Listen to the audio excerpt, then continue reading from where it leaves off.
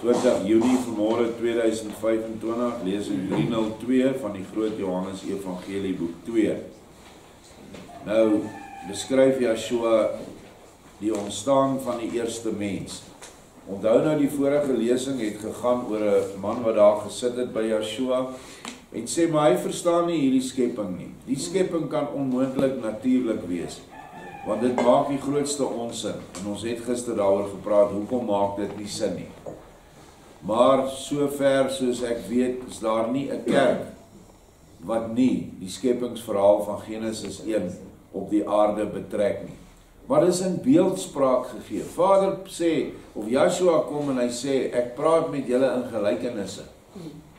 Dan vra hulle hoekom, dan sê hy, sodat die wat sê hulle sien, en die wat sê hulle hoor, nie kan sien nie, en nie kan hoor nie, en nie gered kan word nie. Dis wat hy self sê. As jy vra vir 'n dominee, dan sal hy vir jou sê, nee, Jesus het in gelykenisse gepraat, sodat die mense hom beter kan verstaan. Glad nie. As jy nie die liefde in jou hart het nie, dit bedoel, dat jy nie die gees in jouself wakker gemaak het nie, sal jy nie die diepere betekenis van hierdie Genesis 1 verhaal verstaan nie. En daarom is dit iets wat jy nie vir enige mens net kan bydra of gee nie, want sy gees is nie ontwaak nie. Vergeet om hierdie innerlike waarheid aan Israeliet, geharde Israeliete oor te bring. Ek het probeer, hulle lag jou uit. Hulle lag jou uit, dis nou net die kerk. Die kerk is mos alles vergeestelik, dan gooi hulle ook alles in die gees ook weg. Dit is hoekom niemand die profesieë kan verstaan nie, want alle profesieë is ook in gelykenisvorm geskryf. Nou kom ons lees wat sê Yeshua van die eerste mens se skepping. Hoofstuk 2:15, Yeshua praat, hy sê, liewe vriend, ek het jou hieroor al 'n baie duidelike aanwysing gegee, toe ek jou laat sien het watter uitwerking nood op mense en volke het. Dit is natuurlik nie te ontken nie, dat die skeppingsverhaal van Moses woordeliks toegepas op die skepping van die natuurlike wêreld, deur die mens wat ook maar enigstens met die loop van die wêreldse natuurgebeure vertroud is, met die eerste oogopslag groot onsin genoem moet word. So 'n siening sal dan ook die goeie Moses 'n domkop van die hoogste rang moet maak. Daarom sal dit bekyk moet word. Want dit is nie so nie, Moses was nie 'n domkop nie, inteendeel, hy was nog, behalwe die geestelike waarhede wat hy gedra het in homself, was hy ingewy in Egipte in die hoogste wyshede van daai tyd. In daardie tyd was Egipte die kroon van alle wysheid gewees. Mense het oor die hele aarde na Egipte gestroom. En Moses het in die Farao se huis groot geword. Ons onthou waar hy gekry is in die water en die koningin hom in 'n huis ingebring het. Maar wie die verdere verloop van die Mosaïtiese boeke bietjie beter bestudeer het, as 'n fabel van die Griekse digter Aesopus, moet tog baie gou sien dat Moses hom met sy beeldspraak slegs maar met dit besig hou, wat betrekking het op die oerskepping van die eerste mense van die aarde, en dus glad nie met die skeppingsgeskiedenis van aarde en hemel en alle skepsels op die aarde en in die aarde nie. Hy gee daarenteen bykans enkel en alleen aandag aan die eerste ontwikkeling van die menslike hart en verstand. Dit is die rede waarom hy ook dadelik die menslik historiese daaraan verbind. Daar het ons die hele skeppingsgeskiedenis in 'n neutedop. Daardie geskiedenis kan egter slegs 'n produk van die intelligente ontwikkeling van die mens wees, en nooit van die stom geskape natuur nie, wat tot op hede heeltemal onveranderd gebly het, en dit ook tot aan die einde van die tye sal bly. Dit is ook die geval met die Indiese boeke, waarin eers gepraat word oor die skep van die suiwere geeste, dan oor die val van 'n deel van hulle onder die opskrif Jahwe se oorloë. Daar is so 'n boek, maar hy het weggeraak. en daarna oor die skepping van die sintuiglike wêreld en van die diere, en ten laaste oor die van die mens. En ek het daar 'n sterretjie bygesit van die Adamiet. Die woord mens het heeltemal vandag 'n ander betekenis gekry.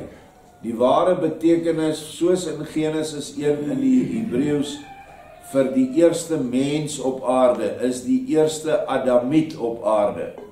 En die woord Adamiet, kan jy maar in die Strongs gaan opsoek, sy nommer is nommer 120 van die Strongs, en dit kom van die grondwoord af, 119, wat beteken om rooi in die gesig te wees, of om te bloos. So, Adamiet is 'n bloosende mens, en ek hoef niks verder te sê, watter mens op die aarde kan bloos nie. Dit moet alles in 'n geestelike sin opgeneem word, en het voor alles alleen maar betrekking op die sedelike ontwikkeling van die mens. Dit is wat Genesis 1 vir ons gee. Wie deur die Gees gelei, die ooreenkomste tussen die sintuiglike en die geestelike wêreld goed verstaan, moet ewenwel ook in staat wees om daaruit te verklaar hoe die sintuiglike wêreld nou presies uit die geestelike wêreld voortgekom het. Hoe en waaruit die sonne en daarna die planete en planeetsatelliete met daarop allerlei skepsele ontstaan het. Nou ons is baie bevoorreg, al hierdie kennis wat hy in vers 6 van praat, hoe die sonne en die maane en die aarde en alles ontstaan het, oor miljarde jare, biljoene jare. Dit het ons nou alles opgesom in die boek, of die boeke van die nuwe openbaring, wat op ons webwerf is, www.nuweopenbaring.co.za. Jy kan al die goed gaan kry daar. Daar is 'n boek Aarde en Maan, wat die hele samestelling van die aarde binne en buite op verklaar, geestelik en natuurlik. Dan is daar 'n boek oor die son, die natuurlike son en die geestelike son. So niks van hierdie kennis wat hy sê, wat ons nie kan bekom nie, of wat ons moet sukkel om nou te kry, hoef ons mee te sukkel nie. Hy het alles vir ons gegee. En nou kan jy oor hierdie dinge praat. Hy het van ons boeke gegee oor die val van die geeste. Wat het daar gebeur? Hoe het hulle geval? Hoe lank dit gevat het om te val? Dit is nie sommer net, gister was hy nog alright en vandag het hy geval. Nee, dit het 'n lang tyd gebeur. Dan val Lucifer, dan kom hy weer terug. Dan val hy weer, dan kom hy weer terug. En so gaan hy aan. En Vader se groot genade word dan net daardeur vir ons duidelik gemaak. Hoeveel genade hy met hierdie wesens gehad het wat teen hom gedraai het. En hoeveel geduld en genade hy vir ons het. Nadat Adam en Eva sommer vroeg al in hulle skepping geskiedenis oortree. Ons gaan aan. Maar dit is nie so eenvoudig nie, want dit beteken om eers geestelik algeheel ontwaak te wees. Want slegs die oeroudste getuie van al wat was en is, kan jou deur daardie doolhof voer, waar agter tot op hede nog geen sterflike oog deurgedring het nie. En dit is presies wat hy met ons gedoen het, deur die boeke van die nuwe openbaring. Maar dat bo alles die ouderdom van die mense geslag, die Adamitiese geslag, in die volleinding soos wat dit nou is, tog ooreenkom met die berekeninge van Moses, ook wat betref die materie en die tyd. Daarvan kan jy volledig verseker van wees. Wat hy hier vir ons sê, is dat die kronologiese skepingsgeskiedenis, soos wat hy nou in Genesis staan, moet op die mens se innerlike betrekking hê. Die lig wat geskei word tussen lig en duisternis, die waters wat geskei word, vrugte wat ontstaan, of plantjies wat ontstaan op jou siel, sodra jy die woorde hoor, al daai dinge is innerlik geestelik.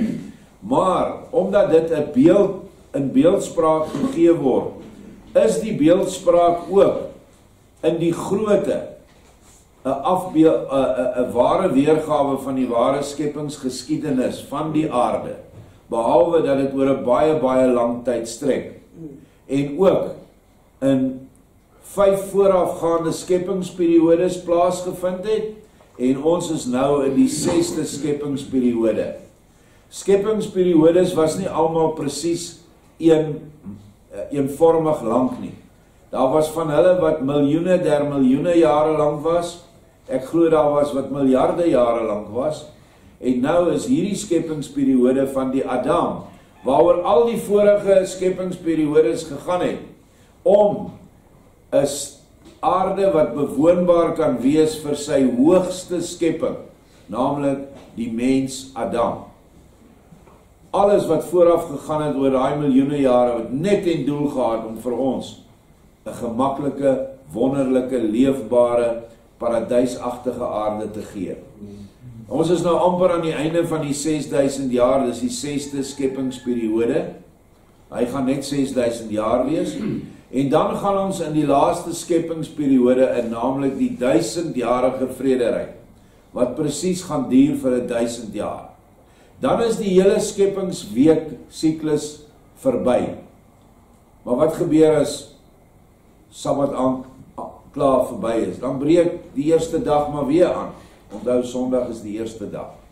Dan gaan daar weer 'n ding voor, waaroor ons nie eintlik kennis nog gekry het in die Bybel of in die nuwe Openbaring nie. Wat gebeur na die 1000-jarige vrederyk? Want dit gaan ons nie nou aan nie. Net so min hoef ons nie te weet oor ander diepgaande wyshede van die hemele nie, want dit gaan ons nie aan nie. Hierdie goed gaan ons aan, want ons is die geslag wat nou die laaste einde van die 6de skepingsperiode gaan ervaar. Ons gaan dit meemaak. Soos Adam en Eva die eerstes was, is ons, wat wedergebore in die gees gaan wees, is die laastes. En dit is baie, baie belangrik dat ons hierdie kennis moet kry. Soos wat dit ook belangrik was dat Adam en Eva in die tuin ook baie kennis gekry het. Want die bome wat van gepraat word in die tuin van Eden, is niks anderste as engelgeeste nie. Waarvan die een wat hulle nie mag van geëet het nie, die boom van die kennis van goed en kwaad, is Satan se gees. Maar hulle het toe gaan eet daarvan. Hulle moes eers sterk geword het deur die boom van die lewe. En dit is Yeshua se gees. Maar hulle het nie geluister nie. En dit is hoekom hulle dan die kommunikasie afgesny is tussen mens en die geestelike wêreld. Dit is wat gebeur het met die tuin van Eden toe hulle daar uit is. Hulle kon nie meer direk met die engelgeeste kommunikeer nie. Dit is hoekom daar 'n engel met 'n vlammende swaard by die ingang gesit is, wat eintlik maar net beeldspraak is, dat dit is afgesny. Ons gaan aan. Daar was wel op aarde, lank voor Adam, dis nou in die 5de skepingsperiode, 'n magtige diersoort, wat weliswaar nie wat uiterlike aanbetref, soos die daaropvolgende mensengeslagte gelyk het nie, maar des te meer wat betref 'n soort instinkmatige, maar tog baie skerp verstand. Die huidige olifant is nog 'n variant daarvan, maar dan psigies baie meer onvolmaak. Hierdie groot diere het die aarde ook al verbou, en was dus die voorlopers van die mense, of van die Adamiet. Die aarde was 1000 maal duisende jare deur hulle voor die mens bevolk. Deur hierdie groot diere moes die nog baie harde rotsbodem van die aarde sagter en vir die gedei van die edele vrugte en diere bruikbaar gemaak word, voordat dit eindelik in staat was om die tere natuur van die mens liggaamlik voort te bring, volgens die plan van die ewige goddelike orde, soos wat dit in elke toe nog materievrye, maar tog al in die lig van die aarde lewende natuursiel gelê was. Eers nadat die bodem van die aarde heeltemal ryp was, word 'n baie sterk siel, uit haar vrye ligbestaan geroep, om vir haarself uit die vetste leemhoudende humus 'n liggaam te maak, volgens die orde van die oervorm van Elohim, wat in die siel aanwesig was. En die eerste, rypste en sterkste siel doen toe, waartoe sy van binne af, deur die krag van Elohim aangesê word. So stap die eerste siel in 'n nuwe en kragtige liggaam, wat deur haarself goed georganiseer is, en kon toe die hele sintuiglike wêreld, en talle skepsels, wat almal al voor haar daar was, volledig bekyk. Ons beskryf net wat hier aangaan. In hierdie 5de skepingsperiode was die aarde nog nie baie ryp nie. Daar was glad nie 'n toestand soos wat nou op die aarde heers nie. Daar was 'n geweldige, growwe aardbodem. En Vader beskryf in ander boodskappe dat hy magtige groot diere, onder andere mammoete, wat groot olifante is, maar ons praat van groot goed. As ek dit reg moet hê, dan sal Haydn se voetspoor nie eers in hierdie saal pas nie. En hulle doel was om die harde grond los te trap. Hulle was eintlik vergrysers, in die algemene term crashers. Die magtige groot dinosourusse wat geleef het, en die mense haal die bene uit, en niemand wat jou sê die skepping het in 7 dae plaasgevind of 6 dae, kan vir jou beskryf waar kom die goed vandaan, want dit lê so dik onder ander gesteentes begrawe. Ek het van hierdie goed gesien, ek ken nou nie die dinosourusse se name nie, maar ek kan my kleinkinders vra, hulle ken elkeen is 'n naam. Hulle het 'n baie, is eintlik so 'n halwe besotted. Hulle is besotted met dinosaurus, ek weet nie hoekom nie. Maar nou ja, daai een sou, as jy die Volkskas gebou, is nou vandag seker in die Absa gebou in Pretoria, sou hy lekker bo op die dak van daai gebou kon geëet het. So groot was hy. Nou moet jy weet, wanneer daai ding nou sy mis uitgooi, dan is dit omtrent, ons uitgewerk daai tyd 500-600 kilogram, 'n halwe ton. Daai goed het dan geword, het dan verweer en oor die aarde versprei geraak, seker deur ander tipe goed soos wat ons vandag miskryers noem, maar net groter is. En so het die aardesbodem is voorberei vir die kroon van sy skepping, naamlik die Adamiet. Want die Adamitiese siel, of die siele van die gevallenis, was nou alles in hierdie skeppings, van die eerste tot die 5de skepingsperiode, was die siele dele daarin gesit. Hulle het almal geval, so Vader kon met hierdie gevalle wesens niks maak nie. Hy moes die siele weer oplig, hy moes hulle reinig, en hy het hulle in eensellige diertjies begin, hulle het uiteindelik tot in hierdie groot, massiewe groot dinosourusse en mammoete en al die goed. En die heel groot kroon van daai skepping, van die 5de skepingsperiode, was massiewe groot regoplopende wesens. Pre-Adamiete noem ons dit in Afrikaans. Wat is die Engelse woord? Humanoids? Nee, is nie humanoids nie. Maar in elk geval, is prehistoriese mense. Nou hierdie prehistoriese mense moet glad nie met die Adamiet vergelyk word nie, want hulle was in die klas van diere. Daar was baie verskillende spesies. Die kleintjies het nie groter geword nie. Vader het vir elke toestand, het hy 'n skeppingsliggaam voorsien. En daai skeppingsliggaam het dan 'n siel gehuisves, wat moes ryp word. En so, kry ons vandag al hierdie opgrawings van hierdie massiewe groot wesens, en dan weet die mense nie waar kom hulle vandaan nie, want hulle wil dit nou indruk in 'n 6 dae skepping. Dit kan nie werk nie.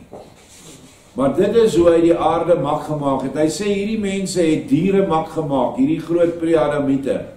Hulle het vir ons die makdiere gegee toe Adam op die aarde kom.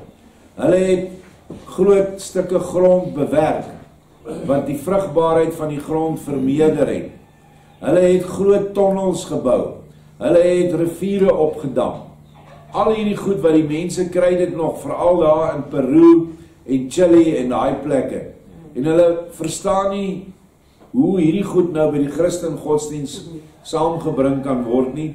En nou kry jy die toestand dat die wetenskap en die godsdienst mekaar nie ondersteun nie. En wat is dan maklik vir die wêreldmens? Verwerp die geloof en aanvaar die wetenskap. Maar die wetenskap sonder die werklike geestelike kennis wat ons nou by Yeshua kry. So is in kort netedop, ek het lesings gegee oor die ontstaan van die aarde. Dit is op die webwerf gratis. Is audio's, gaan haal dit, daar is ook PDF leers by en raak ingelig.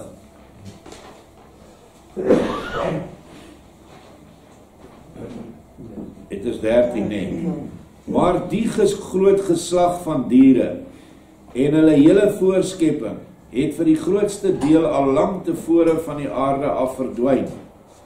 Voor die eerste mens of Adamiet, met sy op Elohim lykende majesteit.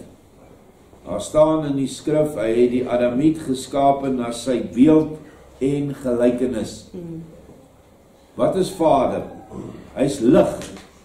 So dis tog logies dat hierdie Adamiet, hierdie blosende wese lig sal wees, want anders kan hy nie bloos nie. Maar desondanks sal oorblyfsels van hierdie voorbewoners hulle self nog altyd op en in die aarde bevind. Die mense sal egter nie weet wat hulle daarvan moet dink nie. Ek sien hulle nou onlangs 'n massiewe groot geraamte in die ys gekry wat nog volledig bewaar was van 'n tier. Maar dit is 'n magtige ding. Ek bedoel die ding se kop alleen sal omtrent net hierin pas. Mammoete het hulle in Rusland en Siberië baie gekry. Magtige groot olifante wat so vinnig gevrek het dat die gras in hulle buike nog onverteerd was. So hier naby ons by Sterkfontein het hulle verskriklik baie van hierdie grotbewoners, hierdie pre-adamitiese wesens gekry, wat hulle dan nou noem the cradle of humankind. Nou ja, dit is reg, daai woord is reg, jy moet net reg lees. It's the cradle of a kind of human. It's not a human, it's a kind of human. Dit is 'n regop lewende pre-adamitiese wese, maar is nie 'n Adamiet nie. En dit is op rekord waar meneer Thabo Mbeki, destyds president, gesê het, hier lê ons voorvaders. So, hy het homself presies geskaar by daai pre-Adamiete. Want van die pre-Adamitiese spesies, van die kleineres, het daar 2 soorte deurgekom, sê Yeshua, om 'n baie wyse rede, sodat die rypwording van sieledele nog steeds kon voortgaan. Hy praat van 'n haarlose een, wat 'n ligte vel gehad het, wat na die suidelike Afrika toe gegaan het, en die oorblyfsels van daai lot, kan ons nog in die Bushman sien. En in die Hottentotte wat nou eintlik verdwyn het, en die strandlopers het verdwyn, en die Khoisan, hulle noem hulle nou Khoisan, maar dit is die pre-Adamiet. Ag ja, pre-Adamitiese ligte haarlose een. En dan het hy 'n ander een gekry, was 'n donker, swart, harige een, wat meer na die Indiese Oseaanse kant toe gegaan het, en nou hulle bevind in die Stille Oseaan eilande, en ook in Australië en Nieu-Seeland, onder name soos Aborigine, Maori, en hier in Madagaskar noem hulle self Malgasse. Hy is heeltemal iets anderste as die swarte wat ons ken met die kroeskop. Hy is 'n wese wat swart is, hy het grove gelaatstrekke, maar hy het hare. Hy het nie wol nie, of kroeshare nie. So dit is waar daai goed vandaan kom. Nou ja, 6000 jaar het nou verbygegaan. Hulle het met alles wat liberaal was geteel. Hulle het gekruismeng met die blanke, hulle het gekruismeng met die swarte, die een wat die kroeshare het, wat ons weet uit Afrika ontstaan het, nadat Kain gerebelleer het teen Vader, en toe weer om vergifnis gevra het, het Vader Kain omvorm in so 'n wese. Dit kan jy ook in die nuwe Openbaring in huishouding 1 gaan kry. Sommige vroeg, ek dink al hier in hoofstuk 20 of 40 daarom. So, dit is die geskiedenis van die mense, maar wat nou hier gaan in Genesis 1, is die geskiedenis van die Adamiet, of om het nou nog duideliker te stel, die geskiedenis van die wit man. Jy het 'n trotse geskiedenis, want jy's 'n geskapene. Jy's nie 'n teeling uit die Sterkfontein grot nie. You're not a kind of human, you are a human Adamite. Adam, dis wie ons is. En ons moet trots wees daarop. En ons moet dit in stand hou, vir al die mans. Daai saad wat jy het, wat jy gegee is om voort te plant, dra daai adamitiese oergeen wat in Adam geplaas is, dra jou saad. En daarom is daar streng wette in die woord wat sê, daai saad moet nie vermors word nie, en definitief nie in 'n ander ras geplant word nie. En 'n vrou moet ook baie duidelik wag hou oor haar innerlike, oor haar geslagtelike organe, want sy is die fabriek vir die saad van Adam. Sy het die eiersel, en die manlike spermsel moet verenig met die eiersel, en dit moet van dieselfde soort wees, dit moet Adam wees, om 'n vrugbare vrug voort te bring. Anderste is dit 'n GMO. Ja. Dis so. Ja.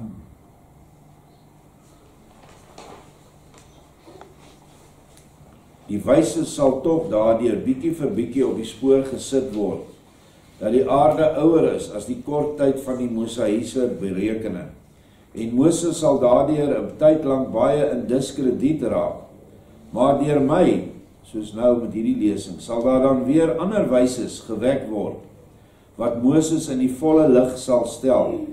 Vanaf daardie tyd sal dit nie lank duur, totdat die hele ryk van Elohim op die aarde gevestig sal wees, en die dood vir altyd sal verdwyn van die hernieude aarde nie.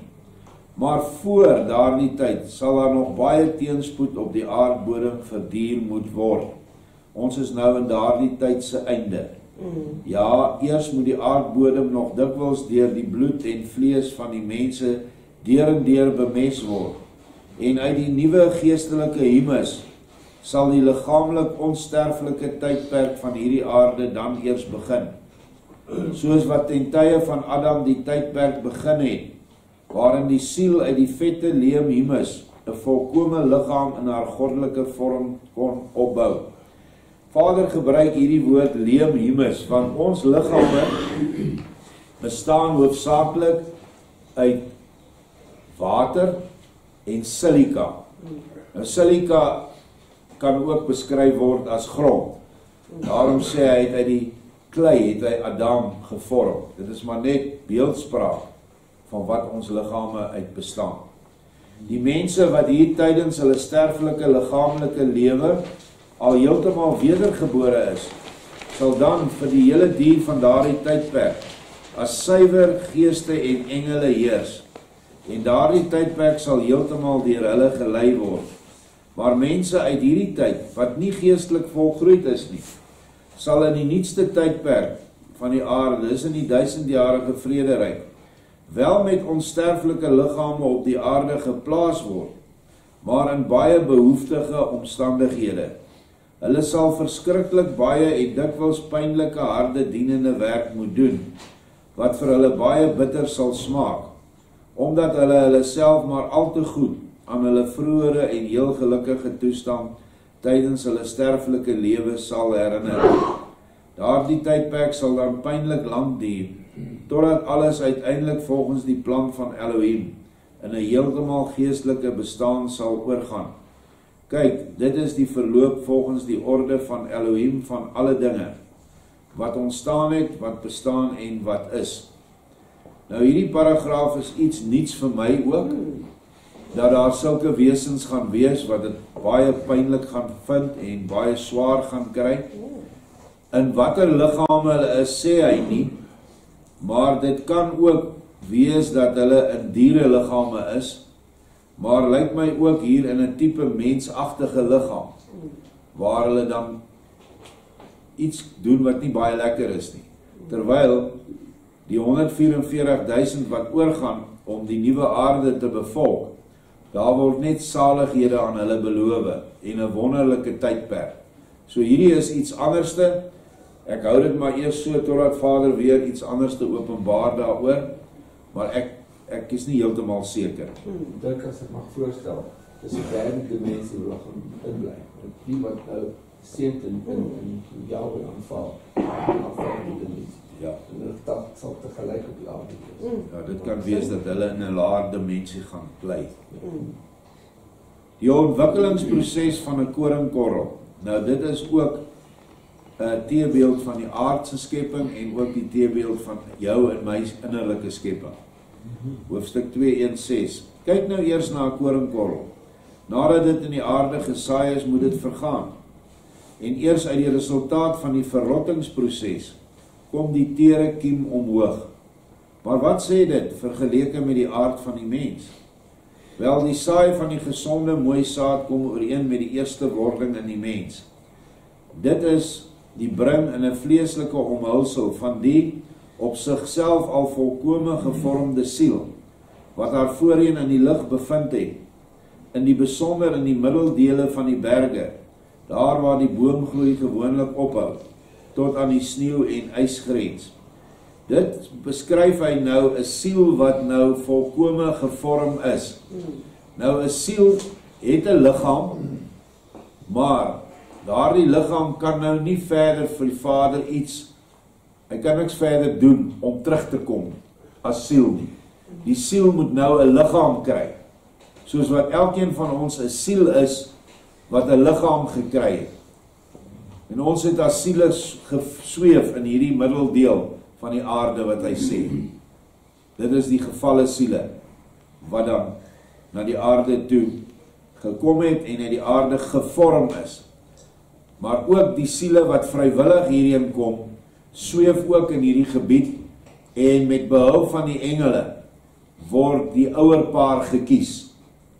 Die siele wat hier ontstaan, wat gesuiwer is deur hierdie lang skepingsverhaal wat ons nou gehad het, hulle het nie eintlik 'n keuse in watter ouerpaar hulle gaan nie. Die engele weet en Vader weet die beste watter paar is vir hulle die beste.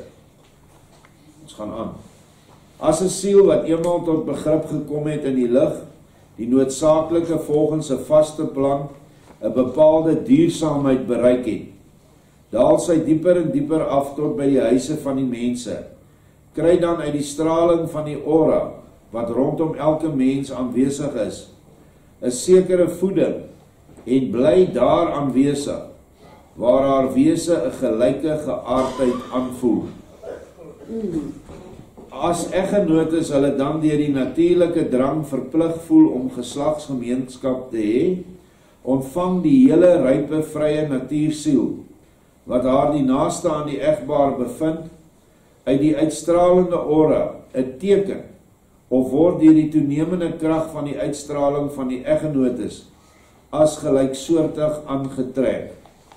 Met 'n sekere dwang dring sy haar tydens die geslagsgemeenskap in die stroom van die man in, en word daardeur opgeneem in 'n klein eier, wat 'n mens bevrugting noem.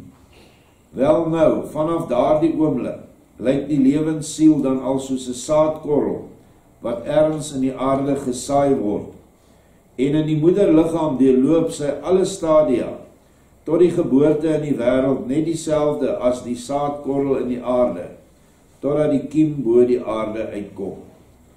Nou, hierdie verse moet jy miskien meer 'n paar keer deurlees om net hierdie kennis vas te maak binne in jou. Want ons het in die skool geleer dat 'n manlike saad het miljoene sperms.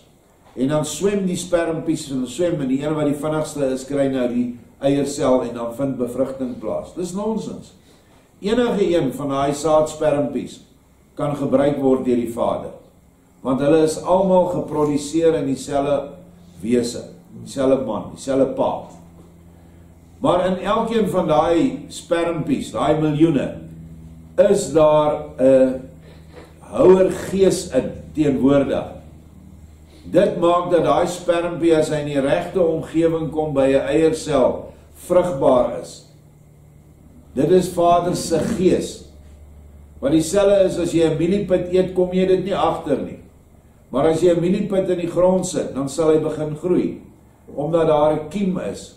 Ons noem dit die mieliegees. Maar die mans het daardie gees in hulle sperms. En nou is 'n siel wat nou al so naby aan die aura van hierdie familie gekom het, vind sy 'n opening. Onthou, die siel is nou bitter klein in die liggaamlike vorm. En dan bevind sy al binne in daai stroom, en wanneer die vereniging plaasvind, wanneer die spermsel by die eiersel kom, is daar al nou 'n reeds gereedstaande lewende siel.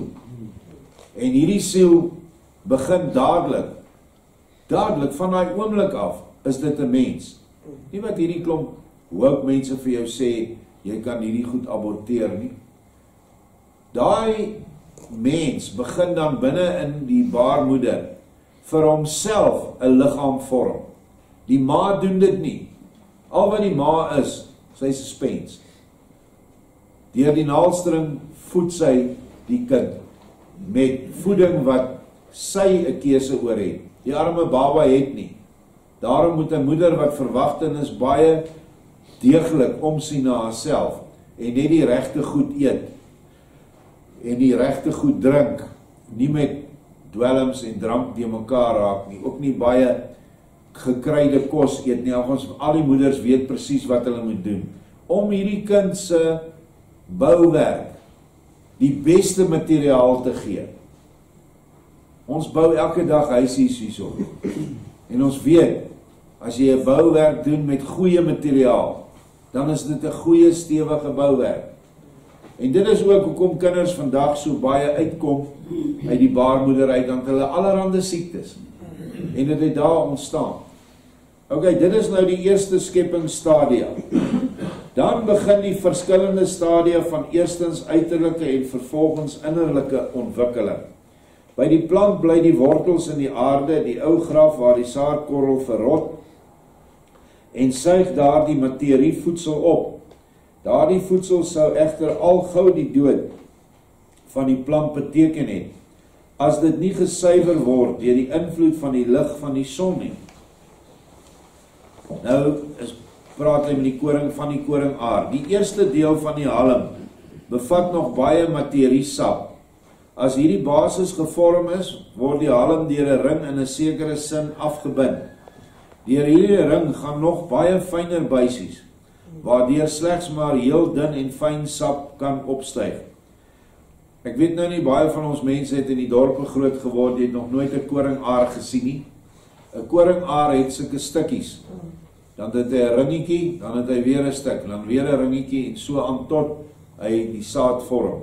Al hierdie goed word baie fyn deur natuurgeeste beheer. Daaruit ontstaan dan 'n tweede verdieping van die halm, dis die tweede seksie. Omdat die sap van die tweede verdieping egter nog van grove materiële aard is en mettertyd nog grower word daar weer 'n ring gevorm. En hierdie tweede ring bevat nog dunner buisies. Nou die buisies is binne in die stingel, waardeur slegs baie fyn sap kan gaan vir die voeding van die bo hulle swewende lewensgees, vergelykend met die uitdrukking van Moses. En die gees van Elohim het gesweef bo die waters. En in hierdie geval met die koringkorrel is dit die natuurgeeste. Elke plantjie word deur natuurgeeste gelei wat ons nie kan sien nie. Alles is lewende gees. Naderhand sal ook hierdie sap of waters egter vir die bo hulle swewende lewe van die plant weer te grof word, en dit sou die lewe kon verstik. Daarom word 'n derde ring, voorsien van baie dun buisies, gevorm deur die gees wat bo die water sweef. Deur so 'n derde ring kan dan slegs uiters eteriese fyne en met altyd nog bo hulle swewende lewensgees al baie verwante sap met moeite deurdring. Dis nou baie fyn en eteries, nie meer grof nie.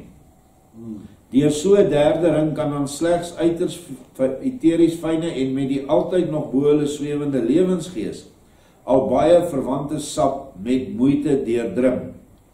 Hierdie sap moet geestelik raak. Maar die lewensgees bemerk wel of die sap bo die derde ring vir hom vir verdere ontwikkeling te gebruik is of nie. Vind hy hulle vervolgens nog te grof en dat dit nog te veel spore bevat van die oordeel en die dood, dan word daar nog 'n 4de, 5de, 6de of 7de ring gevorm, totdat die sap uiteindelik so eteries suiwer is, dat in hulle geen spoor van die dood meer te vinde is nie. Dan begin daar gou 'n nuwe stadium. Deur sap word die allerfynste buisies, wat deur die allerfynste buisies gaan, vorm nou knoppe en blomme, wat voorsien word van organe, wat al die moontlikhede in hulle het, om die hoëre lewe uit die hemele as saad te ontvang. So hierdie saadvormingsproses in die koring en dan ook in die mielies en alle ander plante, vind dan deur die hemele plaas, via die natuurgeeste en via die son.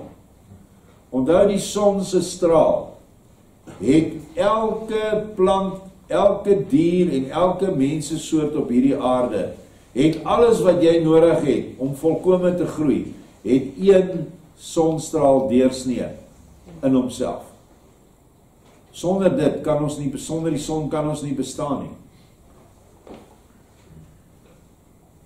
As die blom hierdie diens verrig het, word sy afgesonder as ydelle pronk van die wysheid, wat met haar skoonheid en bekoring die eter van die liefdeslewe aantrek, welke in sigself volledig is en geen verdere praal na buite benodig nie. Want kyk, elke blom, dis vir my so mooi hierdie, is 'n mooi versierde bruid, wat trag om haar bruidegom in haar net te vang, deurdat sy haar eers mooi versier. Nadat die bruidegom egter die bruid as syne geneem het, word die glinsterende bruidtooisel eerste afgelê en die deemoedige lewenserns begin. Dit is die bestuiving van plante, of dit nou in 'n selfde blomkelk plaasvind en of dit nou soos ons mielies, die saaddeel is bo en die teen die stam af ontstaan die stronke en die saad val daarin. So die mieliestronk wat so oop staan met sy blare is soos 'n bruid wat ontvanklik is vir die saad van die man om in haar te val. En dan begin die vrug. Dan val die blomme af van die mielie, want dit het afgeval binne in daardie vroulike deel van die mielie. En nou begin die erns, naamlik om 'n vrug te vorm. Vanaf daardie oomblik begin die egte lewensvrug haarself te ontwikkel en te vorm. En as alle bedrywigheid dan alleen op die ryp word van die vrug gerig word, berg die lewe wat alle vroegere gevare ontsnap het, haar veilig asof in 'n vaste vesting in die vrug, vir enige moontlike vyand van buite. Waar die lewe haarself te gou begin te ontwikkel en ryp word, word dit ook maar baie onvas. En as daar 'n vyand van buite af in die buurt van so vroegryk lewe kom, trek sy hom ook baie aan. Hy stel hom daarmee in verbinding en lê sy vrug in die te vroegrype lewe van die vrug van die plant. Hierdie tweede lewe trek dan die tere lewe van die vrug van die plant na hom toe, beskadig dit en rig dit ten gronde. Die wurmgesteekte vrugte is 'n meer as duidelike bewys daaroor. So hierdie hele verhaal van die koringkorrel is die verhaal van die mens, van die verwekking van 'n mens, van die vrug wat groei. En daarom is dit so baie verkeerd dat jy by te vroeg, by, soos wat hy hier sê, 'n vroegryp wese kom, 'n dogter wat te jonk is. Daar word verskriklik skade gedoen aan so 'n dogter, wat dan 'n vrug gaan lewer, wat vergelyk kan word met hierdie wurmgesteekte vrugte. Dit is dan 'n minderwaardige vrug. En dit is goed wat ons ten alle koste moet probeer verhoed. So ek wil, as jy hierdie weer gaan lees en weer gaan lees, gaan baie dink daaroor, dan sal Vader vir jou die analogie gee en dit oopmaak vir jou. Baie dankie.